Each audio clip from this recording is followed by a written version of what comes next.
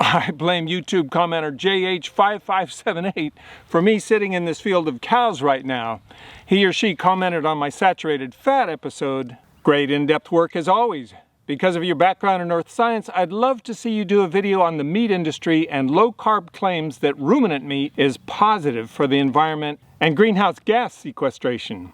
It's a frustrating talking point ever since Allan Savory's TED Talk. I thought for sure I'd get slapped by the comments in the saturated fat episode because that topic is so hotly contested. But I got about as much pushback as you can see cows in that field back there. I swear there were a lot of cows in this field when I was setting up. I can prove it. That saturated fat episode was 32 minutes long with just a minute dedicated to earth science, but that's where I took a beating. Caitlin, do you think YouTube commenters have it in for me? Obviously. Oh, you know, this time they asked me to join the fray on whether cows are good for the environment. Watch out, the internet trolls are coming for you. Global warming is a hoax. Don't take my burgers. It sounded like burgers. In part one of this episode, I'll respond to the beating I took because I think the comments were valid and quite important. And then you can decide early whether I'm an idiot and you should just bail from this episode. In part two, I'd like to explain why I think topics like cows and the environment have become so insanely controversial when the science is really quite simple. In part three, I'll take the road less traveled to try to cut through the insanity, and we'll see if that makes all the difference. Part one from Home Dog 2. What makes me want to vomit is when the mention of saving the planet comes up. Oh yeah, humans are controlling tsunamis, earthquakes, and other disasters. Bunch of fools. I've never met the earth scientists who thought they could control tsunamis, volcanoes, and earthquakes, but I think they've saved millions of lives designing early warning systems for tsunamis and volcanoes, and for figuring out the science of how you make buildings that don't fall over on people when earthquakes strike. When I was a visiting scientist at Stanford, I made a documentary that aired on PBS, and we ended the documentary by saying, "There remains only one thing we can do about earthquakes. We can build better. It is not earthquakes that kill people. Buildings do." Those are my children running through the stone arches of Stanford, and not many years later, Stanford invested a fortune in reinforcing those arches with steel to prevent a repeat of the 1906 disaster. The amazing Jimmy said, "I agree with this guy on nutrition, but he's wrong when it comes to climatology. Not one doomsday scenario that has been predicted by these climate fearmongers has ever come true. Remember An Inconvenient Truth? According to that documentary, all the ice caps are supposed to be gone and coastal cities underwater. Never happened, but that's just one of the hundreds of predictions that climatologists that subscribe to the doomsday ideology have made. Doomsday climatology just doesn't hold up to the scientific method." Let's fact check that. Starting in 1970, there was a precipitous drop-off in the amount and extent and thickness of the Arctic ice cap. It has diminished by 40% in 40 years. And there are now two major studies showing that within the next 50 to 70 years, in summertime, it will be completely gone. But the point I want to make about the melting of the Arctic is that this graphic shows in red how the Arctic sea ice has declined in area. The 13 squiggly lines behind it, we're trying to calculate by algorithms in the 200 years what would happen to the Arctic sea ice. And that's the British, the Americans, various centers, 13 different models. Now look at what's happened with the red decline of the sea ice compared to the 13 models. The sea ice has disappeared, melted, much faster than all of the models. While some people think we may be exaggerating about climate change and sea level rise, the fact is this is pretty good proof that the scientific community, if anything, is understating climate risk. A decade after An Inconvenient Truth, some Arctic ice models have been revised to be more aggressive, projecting no summer Arctic ice by 2035. And by the way, 10 years ago, when the movie An Inconvenient Truth came out, the single most criticized scene in that movie was an animated scene showing that the combination of sea level rise and storm surge would put the ocean water into the 9/11 memorial site, which was then under construction. And people said, "That's ridiculous. What a terrible exaggeration." Something happened last night at one of the most iconic locations in New York, the World Trade Center, Ground Zero. A flood of water with a current so strong it flooded the reconstruction. Oh, so you wanted cows, huh? I got your cows right back there. David W., I'm still waiting for the ice age we were promised 50 years ago. Ha ha ha ha ha ha. That's actually a pretty impressive laugh, and I got a smile. Let's see if we can top that.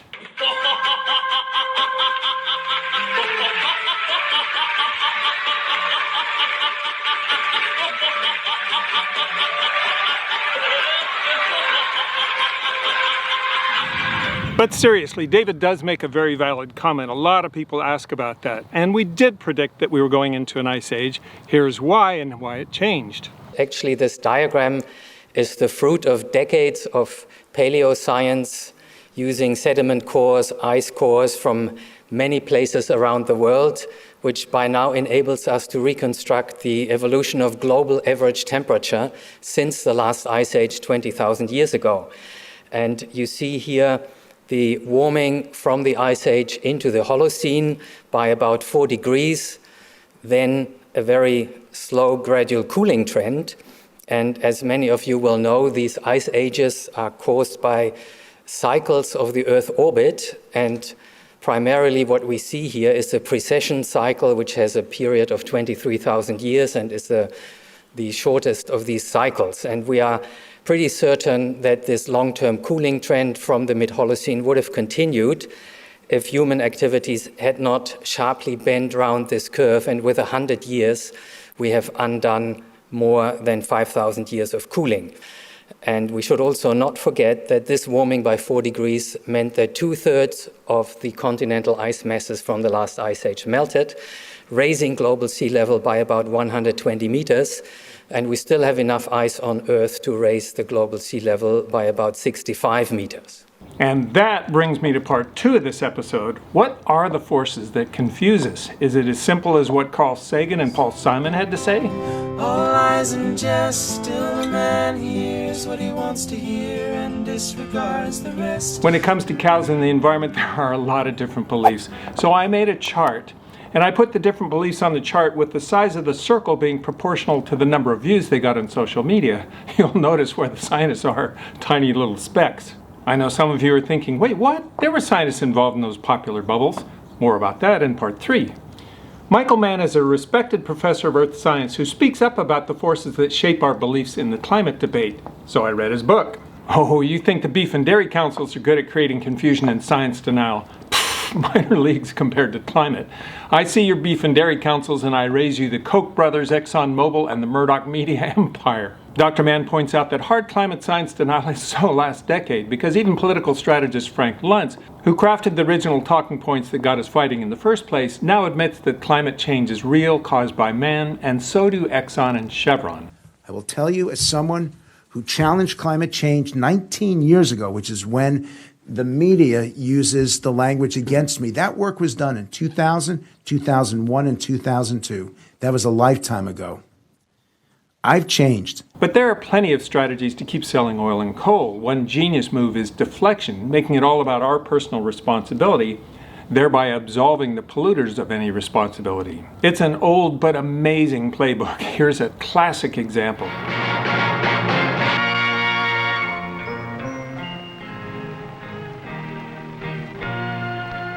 Some people have a deep, abiding respect for the natural beauty that was once this country.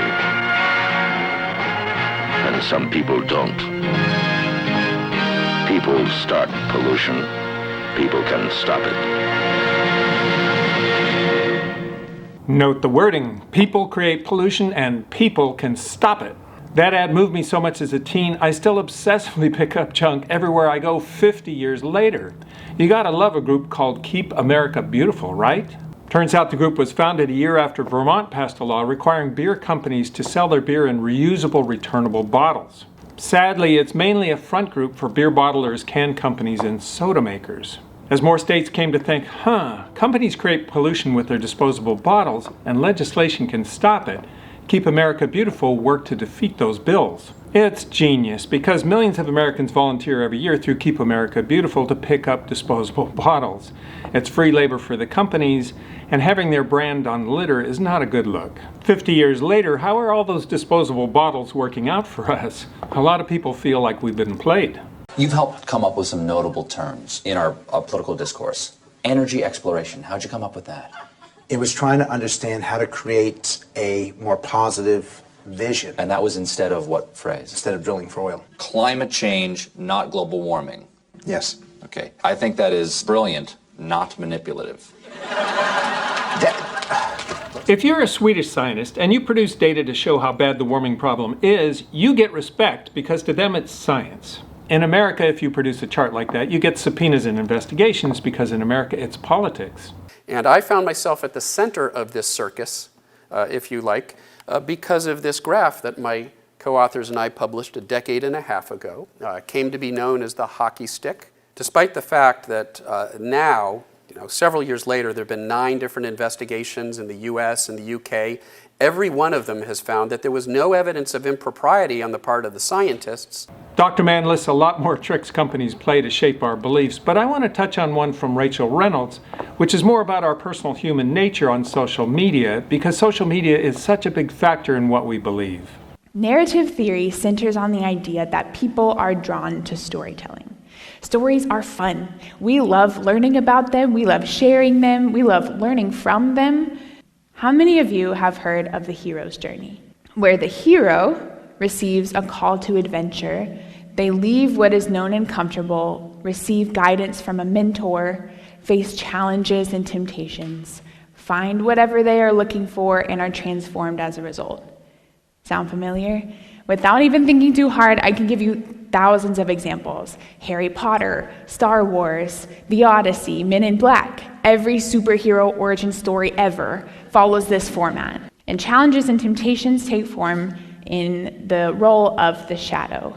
In the conspiracy narrative, the shadow is traditional belief in authority organizations. Conspiracy theorists are really good at telling stories. Social media is filled with influencers on the hero's journey whom we love. A lot of the most popular ones have very little scientific background like Joe Rogan, but they can spend full time making videos while the scientists can only dedicate a sliver of their time to doing that. And they can rack up millions of views by having very controversial scientists as guests. I always want to know, why is this scientist so controversial? Is it because some companies or political groups want to discredit them? Or maybe the scientist is a denier for hire by some industry? Or maybe other scientists think they're weak and want to correct their facts? And that brings up part 3, cows. Who doesn't love cows? Remember that chart I glossed over? Outside of scientific circles, the lion's share of people are getting their info from the top row. If you've watched Cowspiracy and Allan Savory's TED Talk, you're thinking, wait, will cows save the planet or blow it up? Who can know? I think the teams of scientists on the bottom row, whose careers are devoted to the intersection of agriculture and climate, can. We'll go to that road less traveled after I make a few comments about the top row. Starting at the far right, regenerative agriculture sounds amazing. 3 of the leading lights of that community got together on a podcast hosted by Paul Saladino, the carnivore MD, plus the authors of a new book and documentary, Sacred Cow. Who doesn't want to believe cows out in the grass can enrich soils and sequester carbon? I know I do. We'll see what the scientists in the lower row say when we get to them. Paul is on the hero's journey as a psychiatrist after learning about high-meat diets on the Joe Rogan podcast a few years ago. For him, the shadow is mainstream science. Yet another lie we've been told is that animals are destroying the environment. The 3 of them have a very deep belief that meat is the most nutritious food and living without it would be catastrophic.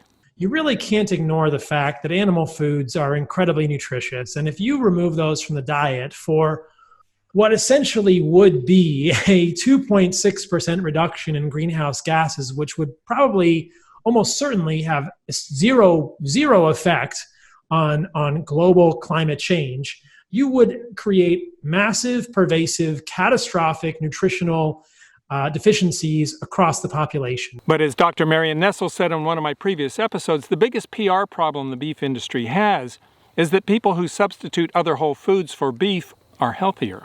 The folks that are advocating this kind of vegan life way, this vegan-centric model, It's all sound bites, elevator pitches, moral superiority, meat causes cancer, meat destroys the environment, and it's kind of compelling. They kept referring to vegans in this episode when I think they should have said scientists, because as we'll see, not all climate scientists are vegan.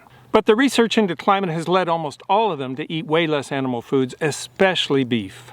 The vast herds of grazing animals, pre-Columbian era in the Americas, why was the planet not destroyed then? I keep having to move because of the noise of farm equipment around here. This comment caught my attention because it's everywhere on the internet. Here's the thing, when buffaloes roamed the plain, it was a closed system. They absorbed carbon and nitrogen from the grass they ate and returned it to the soil when they pooped or died. Agriculture is more like mining. You extract something from the closed system, ship it to Manhattan where somebody dines on it, and they poop it out in a toilet instead of on the plains. Ooh. Nitrogen is the elephant in the room for agriculture because few plants can generate it and no animals can. Legumes like prairie clover can fix nitrogen in the soil under the right circumstances, but whether they can keep up depends on how many crops and animals we extract. And that's the reason for the explosive rise of chemical fertilizers. The second bubble is from the YouTube channel What I've Learned, which got 2.8 million views with the title, "Eating Less Meat Will Not Save the Planet." Joseph Everett, who runs the channel, is not a scientist, and he too believes a low-carb diet is best for health. He did the episode with a smart scientist, Frank Mittliner, who the planet needs because his job, funded by industry, is to figure out how to raise cows with the lowest impact possible. If we're going to raise cows, we need Dr. Mittliner to keep the impact as low as possible. We have decreased our beef herd in red, but drastically increased beef production. Dr. Mittliner is a fascinating and quite entertaining promoter of animal agriculture, but quite the spinmeister. Do you know how many dairy cows we have in the United States? Somebody says 9 million. I say, yes. But how many horses do we have in the United States? They don't know. 9.5 million horses. We have more horses in the United States than dairy cows. And then I asked him, have you ever heard anybody proclaiming a rightless Tuesday? He knows horses aren't ruminants and emit a fraction of the methane cows emit. He also knows it's about meatless Mondays, not dairy-free Mondays, and there are 94 million cows in the U.S., dwarfing the number of dairy cows. His talks are filled with hyperbole like that. The What I Learned episode on meat was so insane, Earthling Ed, Mike the Vegan, Nutrition Made Simple, and Unnatural Vegan all rushed to debunk it. Staying consistent with giving voice to scientists, I'll recommend Nutrition Made Simple's episode because Dr. Carvalho is a solid, very well-educated scientist. Yeah, if we keep producing all of the animal food, even though all the animals are gone, yeah, the emissions are not going to come down as much. But no one is suggesting that as a solution. Allan Savory really lit up the stage at TED because who doesn't want to believe you can transform landscapes like he has with cows? There is only one option. I repeat to you, only one option left to climatologists and scientists, and that is to do the unthinkable and to use livestock, bunched and moving, as a proxy for former herds and predators and mimic nature. And Cowspiracy lit it up with this bold claim. In 2009, 2 advisors from the World Bank released an analysis on human-induced greenhouse gases, finding that animal agriculture was responsible not for 18%, as the UN stated, but was actually 51% of all greenhouse gases.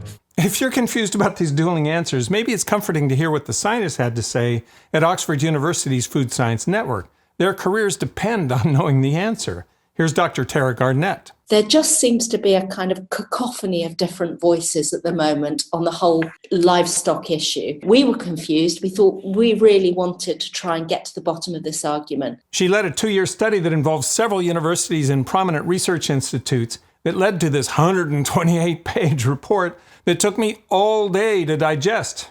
Turns out collecting the data from farming operations all over the world is a mind-blowing undertaking. But once you see the data, the answers are amazingly simple and clear.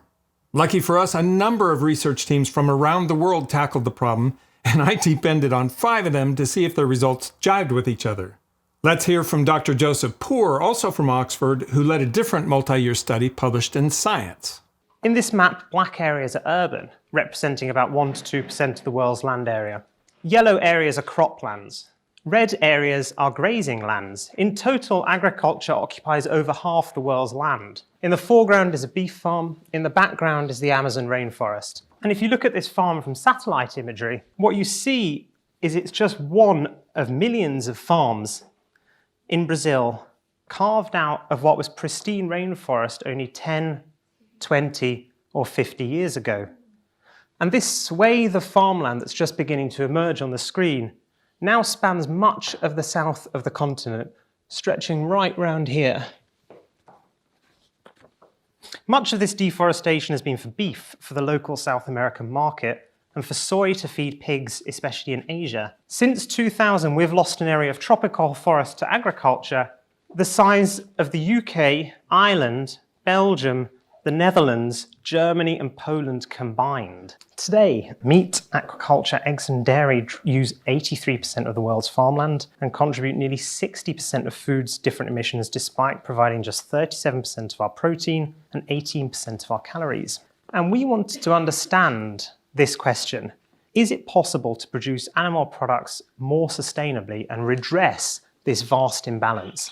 High-impact beef is creating 1,000% more emissions than low-impact beef and using 5,000% more land than low-impact beef for the same amount of protein.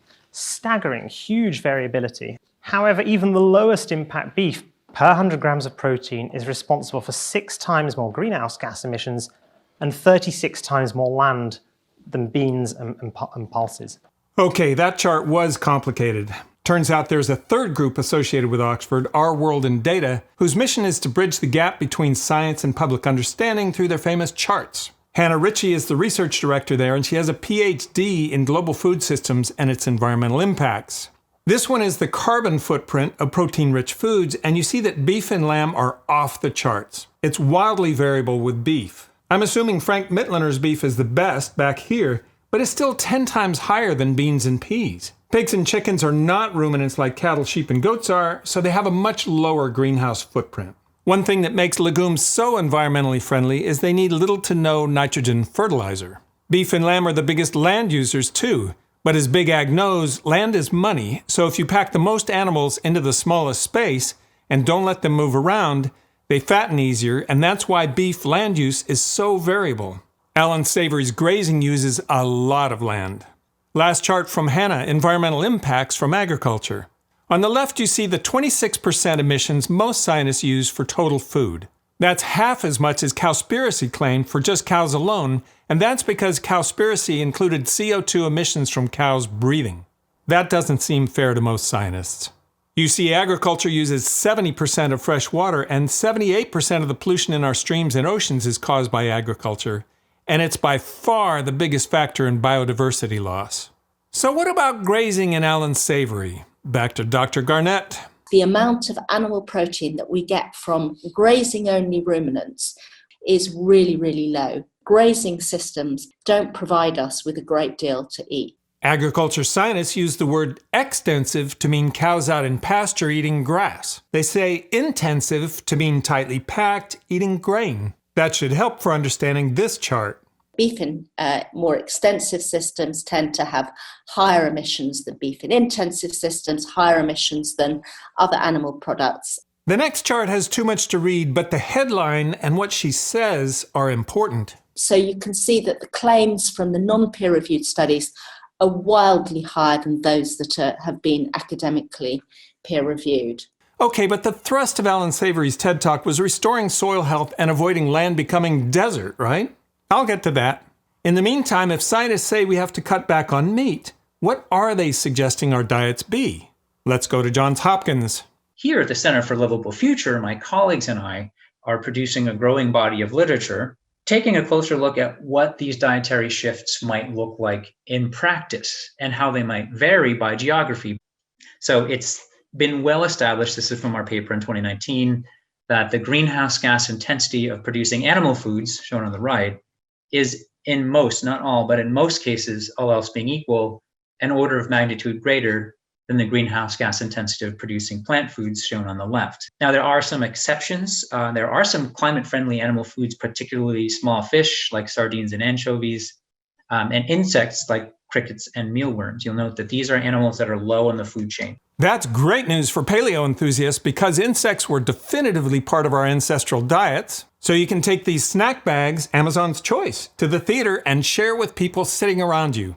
Just tell them they're Paleo Cheetos. So this is some of our research. We measured the greenhouse gas profile of plant-forward diets, healthy plant-forward diets, specific to 150 countries. And these are our results for the United States. And we counted for trade patterns and country of origin and everything else we talked about. The y-axis is the greenhouse gas intensity of the dietary pattern per capita. And the baseline is a close reflection of the current US food supply. And on the far right, we have the vegan diet, exclusively plant-based, and a low food chain diet. And what was surprising to us, so the EAT-Lancet Commission has a target for greenhouse gas emissions in 2050 from the food system. We have to stay below this target to avoid the most catastrophic climate outcomes. And there are only 2 diets in the United States that were below this threshold. The 2 diets that make the grade have a little headroom, which brings up our 5th distinguished research team, the EAT-Lancet Commission. They're an international team of over 30 notables in earth science, nutrition, and agriculture. One co-founder is Johan Rockström, who appeared with David Attenborough in a Netflix special on planetary boundaries based on Dr. Rockström's book, which I loved. He also has a cookbook called The World Changing Cookbook. The team spent several years researching a diet that would optimize the intersection of human and planetary health around the world, and they discovered what the other teams had, that it had to be mainly whole plants. But this is the best assessment we have today of what does the state of science say in terms of healthy diets from sustainable food systems.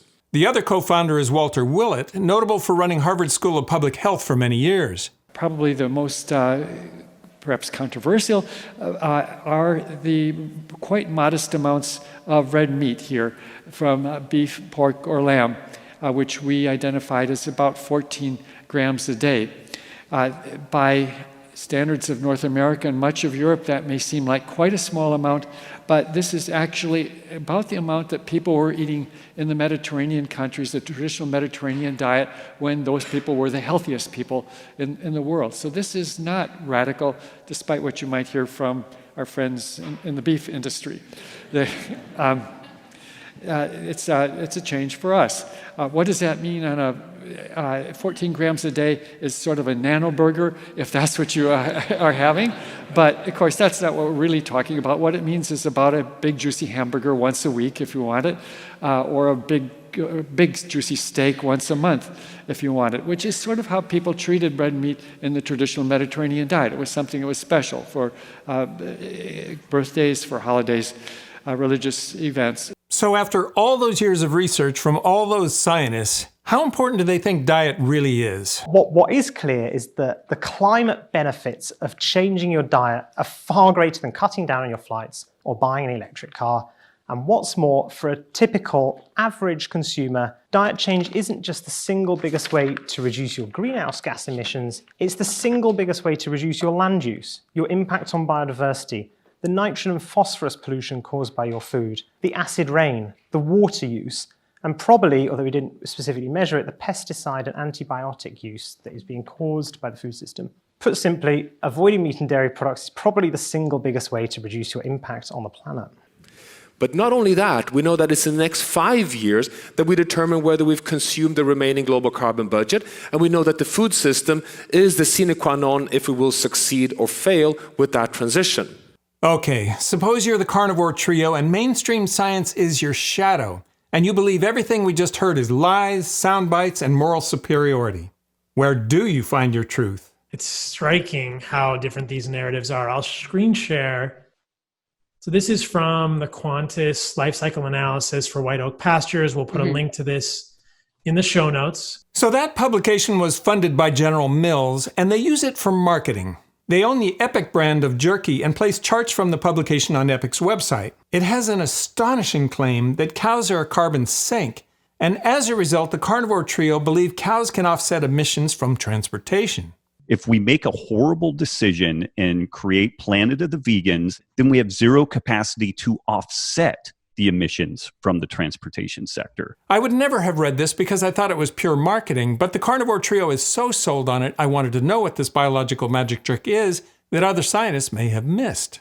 I haven't even seen the vegans. They just kind of ignore this, and they don't even say that Quantis was like unethical in this process. And lucky for us, they published a peer-reviewed version and revealed the magic behind the scenes. Gone is the claim in the peer-reviewed version that cows are a carbon sink, but they claim they have a 66% lower footprint while emitting 34% more greenhouse gases. How does that work?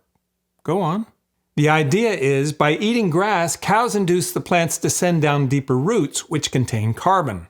And the cows poop out what they eat, adding more carbon to the soil. They use rotational grazing, keeping the grass higher than in normal pastures, so there's also more carbon above the ground.